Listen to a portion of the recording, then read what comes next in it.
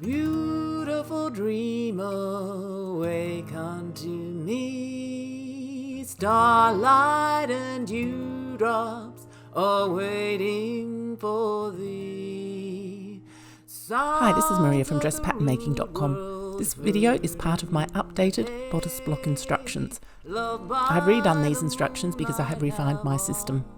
If you are interested in understanding the bodice block, that is, pattern making bust cups and how they differ to bra bust cups, the amount of ease that is standard in the bodice block, and details on the measurements, I recommend you watch my bodice block essential videos before drafting your bodice block.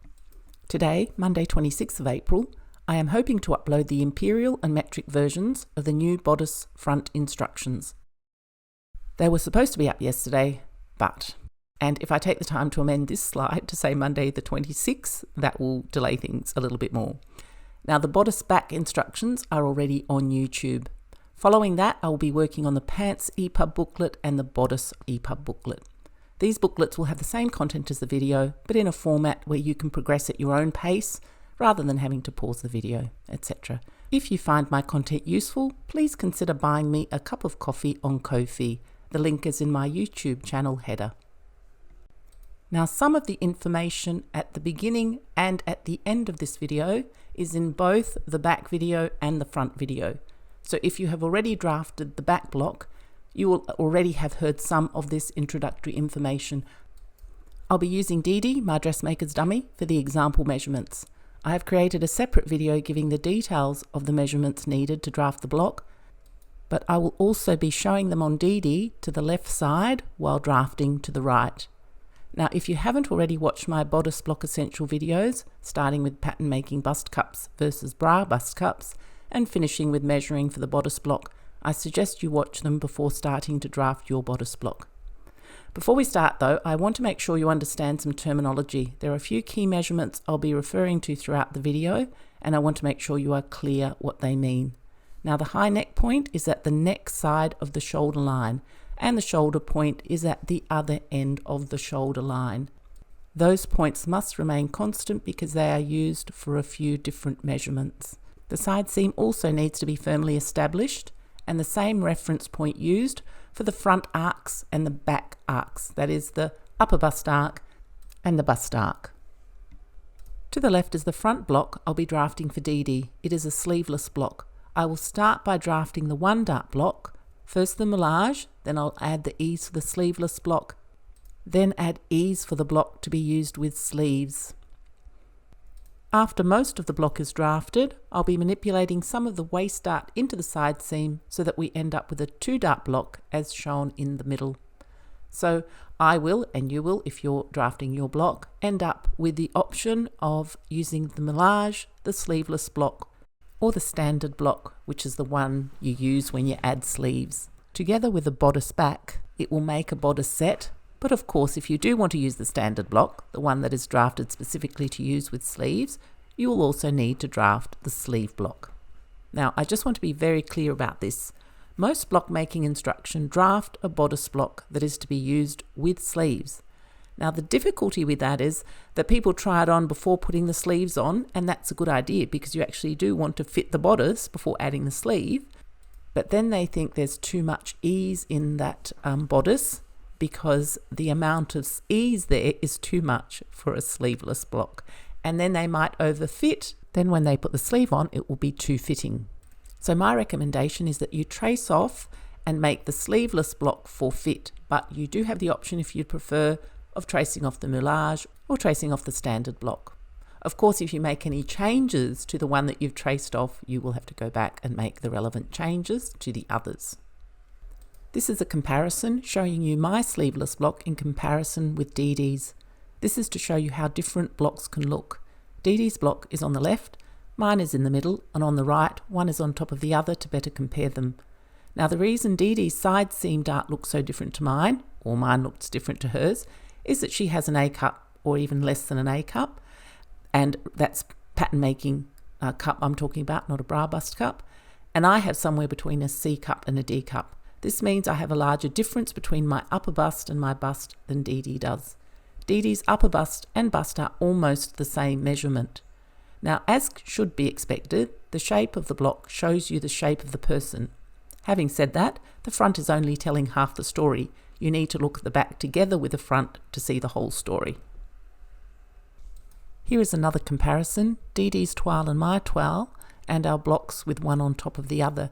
It's good to get an understanding of how the block translates to 3D when put on the body. You can use either paper or cardboard to draft the block. You will be drafting the moulage, the sleeveless and the standard block all together. It's best therefore to keep the original and trace off what you want to use. After you've tested your block and you're sure it's finalised, then put the paper version on top of cardboard, tape it down all along the edges and cut it out. The paper and cardboard will separate easily if you cut exactly along the edge. The cardboard version would be your master copy. This is easier to use because it has a firmer edge and it's easier to trace around than paper. So you will trace it out each time you want to use it to draft a pattern. We will be drafting the half block shown to the left. This means if any measurements were taken across the full front, they have to be divided by 2. Now, if you have an asymmetric figure, you may eventually want to figure out how each side is different and work with a full front instead of the half front. On my website, I have a downloadable PDF with the list of measurements for the bodice block. A link can be found below in the YouTube video description section. If you happen to be watching this video on my website, then it's on the website page. Okay, so let's start drafting. Firstly, on your paper, draw a horizontal line across the bottom of your paper to indicate the waist. No measurement as yet, this is a reference line, and we'll start drafting from this point upwards. Actually, I want to point out that when drafting the bodice block, the centre front and the centre back are facing in different directions. So here, the centre back is on the left of the back block, whereas the centre front is on the right of the front block. That's because they are made for the same side of the body. So this is Dee Dee's right side back and right side front. That means that when you true the pieces, they will be up the correct way. You won't have to flip one over. So for Dee Dee, I'll be starting with the centre front on the right side and drafting to the left. So the first measurement, number 10 on the measurement chart, is the full length front. Using your full length front measurement, draw a vertical line from A on the waistline up to point B. Make sure the vertical line is at right angles to the horizontal waist guideline. Mark points A and B. The measurement, as shown on Dee Dee, is taken from the high neck point to the waist over the bust in a straight line. The upper bust arc front is measurement number 2 on the measurement chart. The upper bust arc front measurement is from side seam to side seam, and you need to divide the measurement in 2 for the half block. Using that measurement, measure across from B in a straight line, making sure that it's at right angles to the A to B line, and mark point C. Then finish the rectangle, drawing a line from C down to the waist and mark point D. Make sure all corners are right angles. Now, to be clear, this is just the body measurement, no ease. We will add the ease after we've drafted the block to the body measurements right at the end. Using your centre front measurement, that's measurement number 11 on the chart, measure up from point A on the A to B line and mark point E. Then draw a line from point E at right angles to the A to E line for about 4 inches and mark the end of that line, point E2. This is just a guideline, the E to E2, to help us draw the neck curve in later. As it's a guideline, it does not need to be an exact length. The across shoulder front is the next measurement. It's number 12 on the chart. I need to make a point here. For the rest of this video, you know I'm drafting the bodice front. So if I say across shoulder rather than across shoulder front, I assume that you know it's the front I'm talking about because I'm not drafting the back. I will try to remember to include the front, but please be aware. Making sure on the measurement chart you are working in the front section.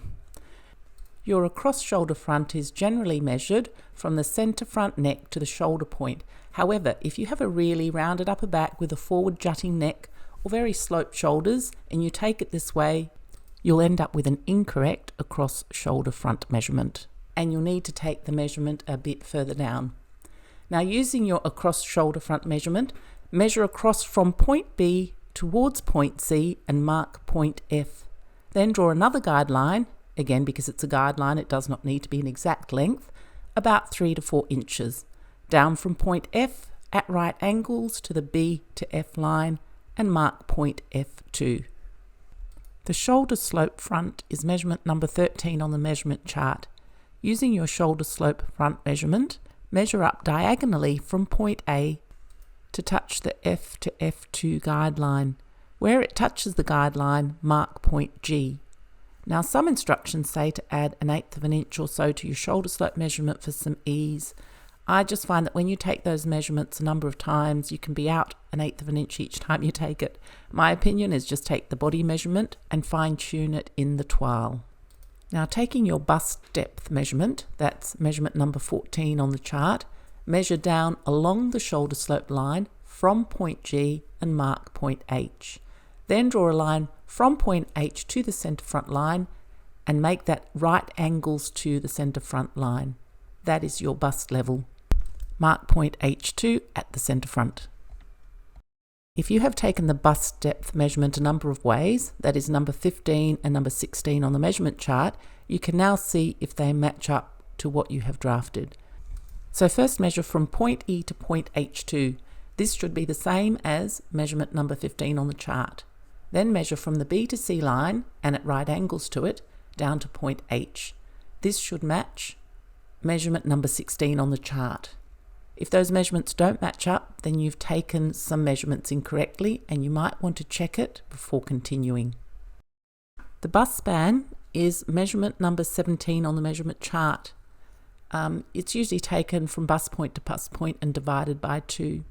So measure from H2 on the H2 to H line and mark point H3. Now for some people, H3 will end up being to the left of point H. For Dee Dee, H3 has ended up exactly on top of point H. Basically, her bust point is exactly on her shoulder slope line. That won't be the case for everyone. But wherever H3 has ended up, whether it's on top of H or to the left of H, rename H3 as the bust point and erase H. So you should end up with point H2 at the centre front and a bust point. And I'll show you what I mean on the next slide, just to be clear. So before we look at the shoulder length, let's look at that bust point. So what I have is just H2 at the centre front line, and then I've got bust point. Now for some people, that bust point will be to the left of the shoulder slope line, and it could be quite a bit to the left of that shoulder slope line, but the H and H3 have been erased. So moving on to the shoulder length, which is measurement number 8 on the chart. Using the shoulder length measurement, measure from point G to touch the C to B line and mark point I. I am using a lowercase I as the uppercase looks like a 1. Okay, from I and at right angles to the G to I shoulder length, draw a guideline down past the E to E2 line and mark the end of that guideline I2. It just has to be somewhere past the E to E2 line. The armhole depth is measurement number 19 on the measurement chart. Using the armhole depth measurement, measure down from point C on the C to D line and mark point J. From point J, draw a straight line to the centre front, making sure it is at right angles to the centre front line. This is the upper bust line. Now you don't usually mark the upper bust line on the block, but I want you to mark it to make sure you remember to draw it on your toile. It is good to see that line on your toile so you are clear where the upper bust is, not just at your armhole depth, but at the front and at the back. And I have included a photo of my toile so you can see that for some people it wouldn't be quite so obvious where their upper bust is without this drawn on the toile to show you. Measurements number 20 and 21 are checking measurements to confirm your front armhole depth. Measure from point E to the upper bust line and see if it matches measurement number 20. Measure from point G to the upper bust line and see if it matches measurement number 21. If they don't match, firstly check your measurements. If you can't get them to match, choose one and keep drafting. You'll draw the lines on the toile and check them again at that stage. This is an aside. If you find, notice, come across a mistake in my videos, and I mean a mistake that matters regarding drafting the block, not a spelling mistake, please first check the video description in the YouTube underneath this video to see if I have noted that mistake and if I have put a link to the correct information. If there is nothing in the YouTube description box, then it hasn't been brought to my attention and I haven't noticed it, and in that case, please let me know of the mistake via a comment, but always first please check the YouTube description box. I can't actually amend a video, and if I replace it, I lose all the comments, likes and views. So if it's a small mistake, I will leave the video as it is with a link to the corrections in the video description. If it's a really big mistake, I'll probably replace it. Okay, so now using the bust depth at the side seam measurement, that's number 17 on the measurement chart, measure down from point J towards point D and mark point K. We'll now mark the rest of the bust line because from H2 to the bust point is part of our bust line, but we'll mark the rest of it, and in that process we'll get the angle for our side seam that will determine our bust cup. So first take your bust arc front measurement, that is from side seam to side seam, and divide it by 2, and that's measurement number 5 on the chart. Then measure from H2 to the bust point and subtract it from that measurement. Take the remaining amount and measure from the bust point towards and through point K and mark point K2. Now I will repeat this using Dee Dee's measurements in the next slide so you're clear on what we're doing. Dee Dee's front bust arc is 19.5 inches, divided by 2 for the half block is 9 3/4 of an inch. From H2 to the bust point, which is part of the bust line, is 3 3/4 inches. So 9 3/4 minus 3 3/4 is 6 inches. That's the remainder. So I'll measure from the bust point towards and through point K for 6 inches and mark point K2. So from H2 to the bust point to K2 is the bust line. While it does look very angular on the block, I have just traced those lines onto the toile that Dee Dee's wearing, and on the toile it doesn't look that angular. Now if you have a large bust, chances are that that line will look even more angular. There's a straight line from the centre front to the bust point, but then it goes way up on an angle. On my body form, it actually looks straight and parallel to the floor. On my body, it's actually angled up a bit, but that's because I've put on weight, and the block that fits my body form doesn't fit me so well at the moment. So the next measurement is the side length, number 9 on the measurement chart. We'll draw the side seam, and in the process we'll get the side seam angle that will give us our bust cup. So taking your side seam length measurement, measure from point J through point K2 in a straight line, and at the end of that measurement mark point L. Moving up to the across chest measurement, which is number 22 on the chart. You usually measure from armhole to armhole and divide by 2. Now when you measured the across chest, you should have noted the depth where you took that measurement, how far down from the centre front you took that measurement. Usually that's around about halfway between the centre front neck and the upper bust. I took it a little bit lower than that for Dee Dee. Now using the across chest measurement, measure inwards from the centre front line and at right angles to the centre front line and mark point M. We will draw the armhole next, but first we'll just draw a guideline to assist in that. We don't want to dip below this line when drawing the curve. So from J, draw a guideline for a few inches, and that line has to be at right angles to the side seam. Mark the end point J2. Taking a French curve, draw the armhole from the shoulder point G to touch the across chest point M, and finishing at point J at the underarm upper bust. Now this block currently has no ease, so that armhole curve is for the moulage. So now the neckline curve. Taking the French curve again, draw a line from point I at the high neck and down to point E at the centre front. Now don't dip below the E to E2 line. However, you can cut into the I to I2 line. Now with Dee Dee, her neck curve, the pink line, does not cut into that I to I2 line, but the green line shows how standard shaping works for the neckline. Now I will show you in the next slide on my block, because in this regard I am standard and Dee Dee is not. So I have enlarged my block and you can just see the top of it, and this is my neckline curve. For my curve, it goes in 1/8 of an inch beyond the eye to eye2 line, and this is actually what a lot of block making instructions say for the standard body. So it seems that I am standard in this regard, the shape of my neck, whereas Dee Dee isn't standard. Now we'll do the waist. First we'll place the first dart leg. Measure from point H2 to the bust point. Take that measurement and subtract 3/4 of an inch. Using the total, measure on the waistline from point A towards point D and mark point N. Now draw a line from the bust point through point N and 1/8 of an inch past point N. Mark point N2. The reason for extending the dart leg below the waist is to get a curve for the waist rather than a straight line, and you'll see how that works at the end when we do the waist shaping. Now draw a guideline from point L at the side seam to point N2, the first dart leg.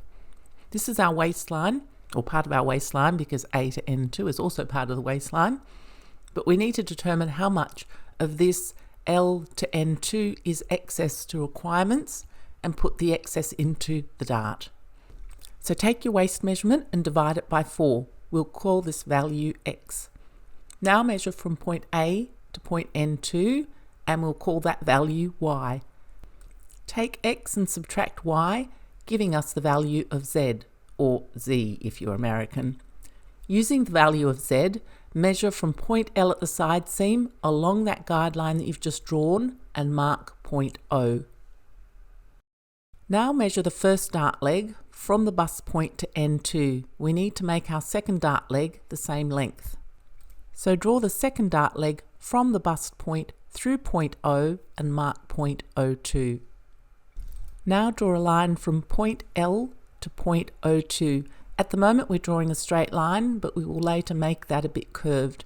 We'll do that at the end after we've converted it to a 2-dart block. Now the main shape of the block is finished. That's without any ease, and we actually haven't drawn in the waistline properly. We'll finish the waistline curve later when we make it a 2-dart block. So now on to adding ease. We want to add 1 inch ease at the waist across the whole block, divided evenly. So we'll add 1/4 inch to this half front. So measure out 1/4 of an inch from point L as a continuation from the O2 to L line. Mark point L2. This is the waist side seam point for the sleeveless and the standard block. So this point will remain constant for those 2 blocks. Now we'll add ease at the upper bust for the sleeveless block.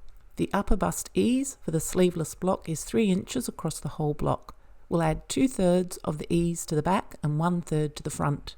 We tend to need more ease in the back because we stretch forward more and curve our back more, then we move our arms backwards. So we'll add 2 inches to the back and 1 inch to the front. That's 1/2 inch to the front for the half block.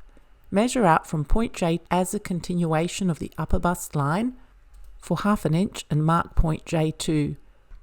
Using your side seam measurement again, measure from point J2 through point L2 and mark point L3. Point 3 will be very close to point L2. The shaded orange section shows you the amount of ease that has been added for the sleeveless block. Note that it's a wedge wider at the top and gets narrow down at the waist. So there's less ease at the bust that there is in the upper bust. Of course, this is the half block, so there is an equivalent amount on the other side of the front, plus the ease that's in the back. Now finishing the armhole curve should be quite straightforward for the sleeveless block, and you won't have to make much of a change. You generally need 1/2 inch straight at the beginning of the armhole so that you can true it with the back armhole. So just connect point J to J2. I don't think you even really need the French curve to do that. Now we'll draw in the side seam for the standard block to be used with sleeves. So we'll add some ease and also lower the armhole a little. Ease for the sleeved block is usually 5 inches in the upper bust. If you are wondering about this amount of ease and think it may be too much, I suggest you watch my video on ease. It's part of the Bodice Block Essentials, where I show that this is the standard amount at the upper bust for the standard block. Just note though that we are adding this at the upper bust. There will be less ease in the bust. If you have a look, you can see the wedge of ease in the sleeveless block narrows as it moves toward the waist. There is less ease in the bust than there is in the upper bust. We will later check exactly how much ease we end up with at the bust level for both the sleeveless and standard block.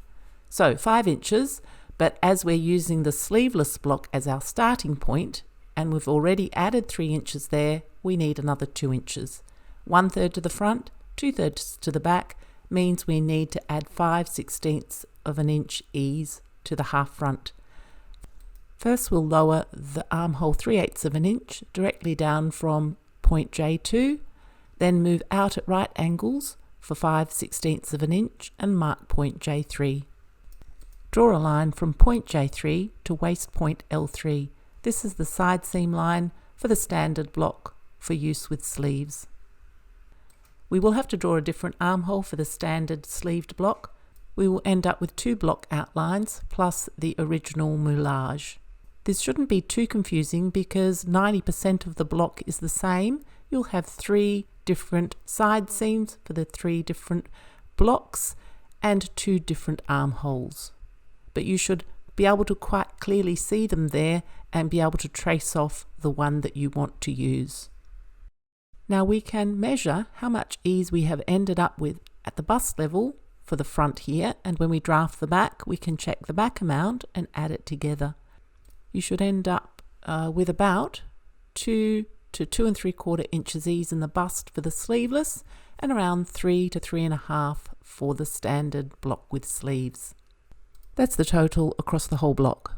If when you make your toile this is too much, then shave a little bit off the wedge front and back for both either the sleeveless and the sleeved block if that's what you want to do.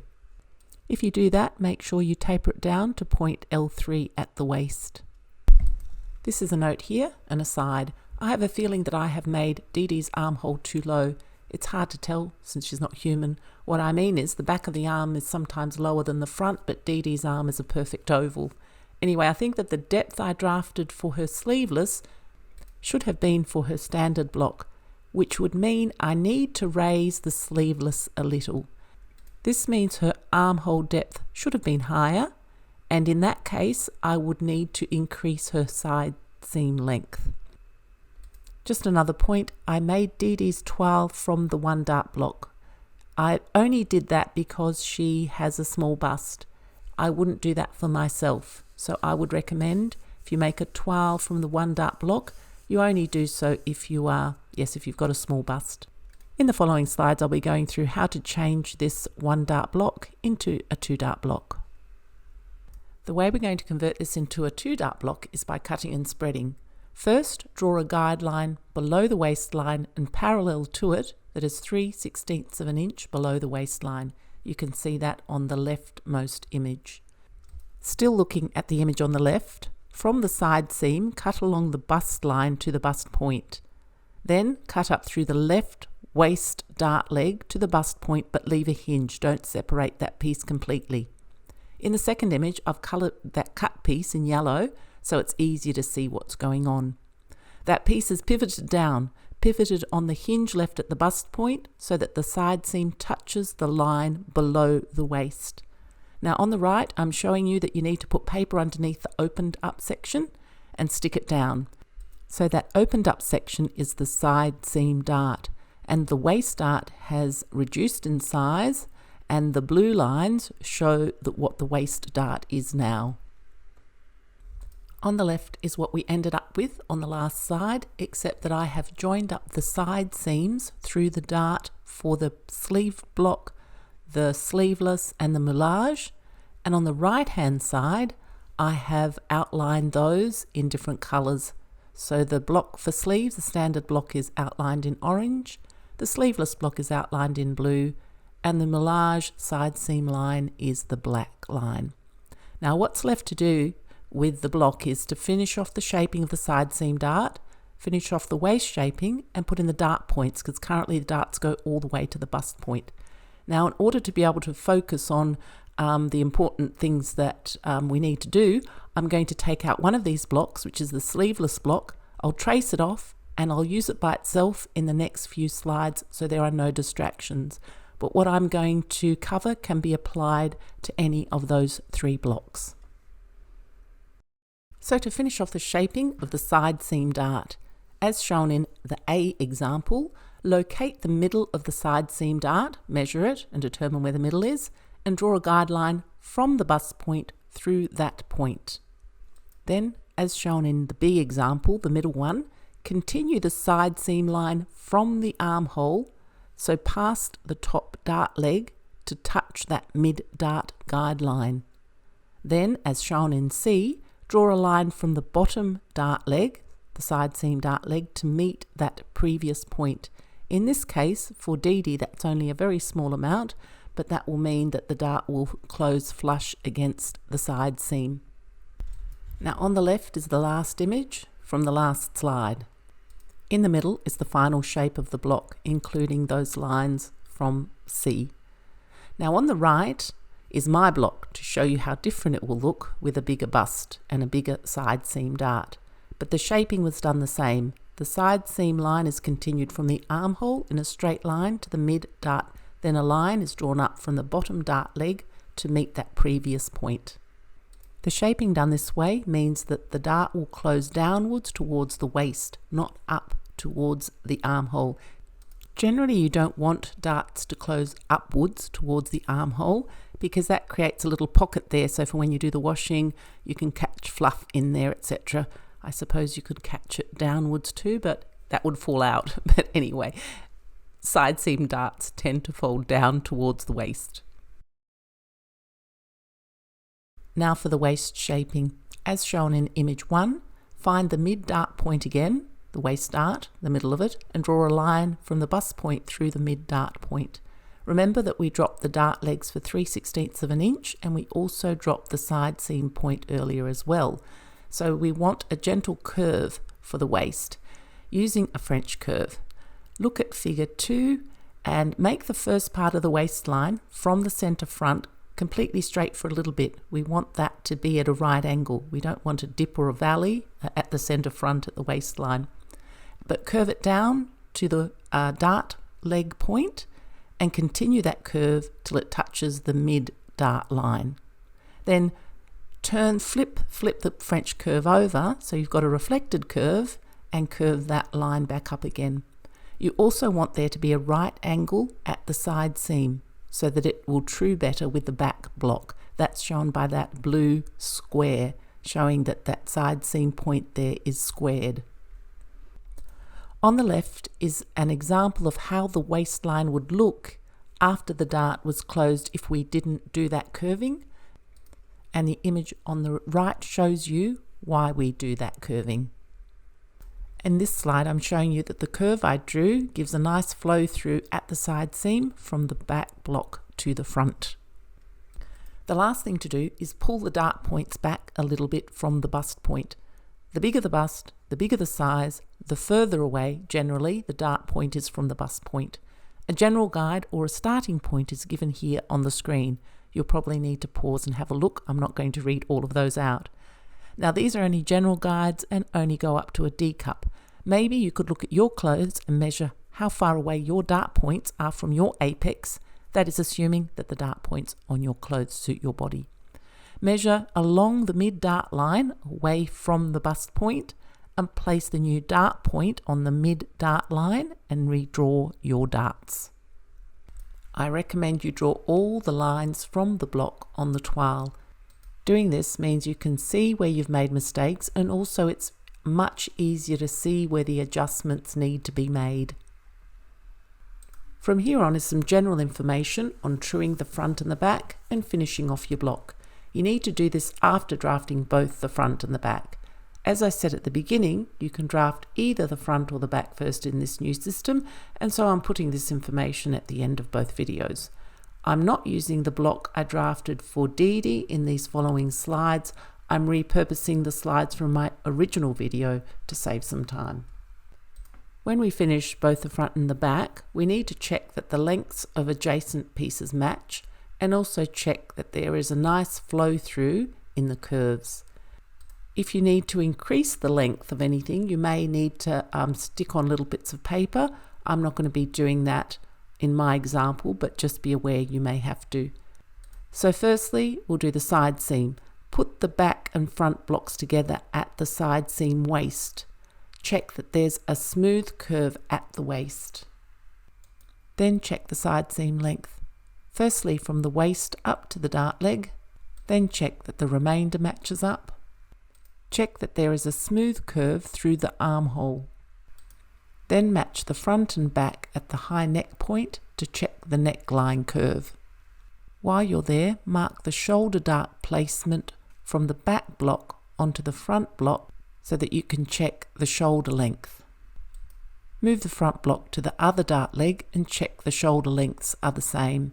This is especially important when drafting the three options together, the moulage and the sleeveless and the sleeved. You may have traced off the sleeveless block on the front and then accidentally trace off the sleeved version in the back.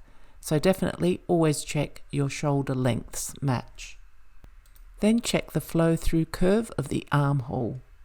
When you have your final front and back blocks, don't forget to mark and notch the dart legs, label the block, put all the relevant information on it, maybe including the date you drafted it. Note whether it's a sleeveless block or the sleeved block or the moulage. Now I did hear a pattern maker say that you don't put the grain line on the block, you put that on the pattern, but I like to have it on my block to remind me to put it on the pattern. Sometimes I forget, and then I get to putting my pattern pieces on the fabric and realize I haven't drawn the grain line on there. So yes, I definitely prefer to put the grain line on the block as a reminder. So here are some final blocks, not DDs, but this is what the final blocks look like. These ones don't have the bust line or upper bust marked. That was needed during the drafting process for making the toile and getting the measurements right. On the actual blocks, you don't need them. Next, I'm working on my EPUB booklets for the pants and bodice block, so I won't be publishing a video for a couple of weeks, maybe 3 weeks. My first video back will be a pattern. If you find my content useful, please A, buy me a cup of coffee on Ko-fi, B, buy my booklets, C, share my content, D, all of the above, so that I can eventually work on this full time and create more and more content. This is Maria from Dress Pattern Making. Ciao! Beautiful dreamer, wake unto me. Starlight and dewdrops are waiting for thee. Sounds of the rude world heard in the day, loved by the moonlight have all passed away.